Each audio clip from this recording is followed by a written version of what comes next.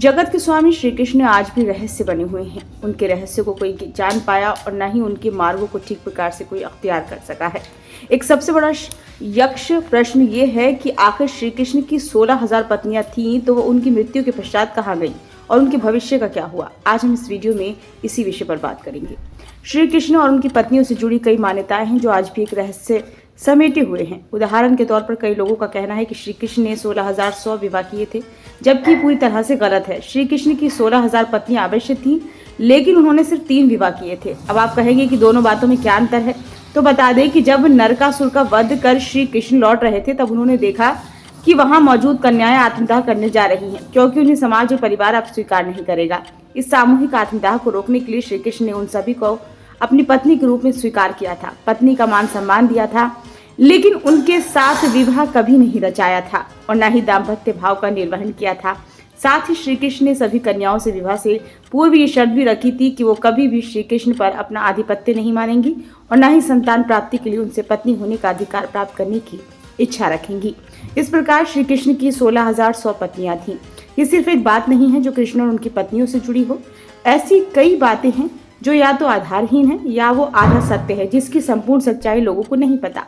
इसी कड़ी में एक धारणा कहती है कि श्री कृष्ण की मृत्यु के बाद उनकी पत्नियों के द्वारका पर राज किया था, जबकि ये पूर्णतः गलत है। श्री कृष्ण की मृत्यु के बाद उनकी पत्नियों का क्या हुआ और कहां अचानक विलुप्त हो गई भगवान श्री कृष्ण की 16,108 पत्नियां। पौराणिक कथा के अनुसार श्री कृष्ण के पैर के अंगूठे में जब तीर लगा था, तब श्री कृष्ण ने मृत्यु का स्मरण किया और अपने शरीर को त्यागते हुए वो अपने धाम गोलोक पुणे श्री राधा रानी के पास लौट गए थे। भगवान श्री कृष्ण की मृत्यु के बाद उनका अंतिम संस्कार अर्जुन ने किया था और इसके बाद अर्जुन अपने 5 भाइयों यानी कि पांडवों और पत्नी द्रौपदी के साथ स्वर्ण की यात्रा पर मोक्ष प्राप्ति के लिए निकल गए थे।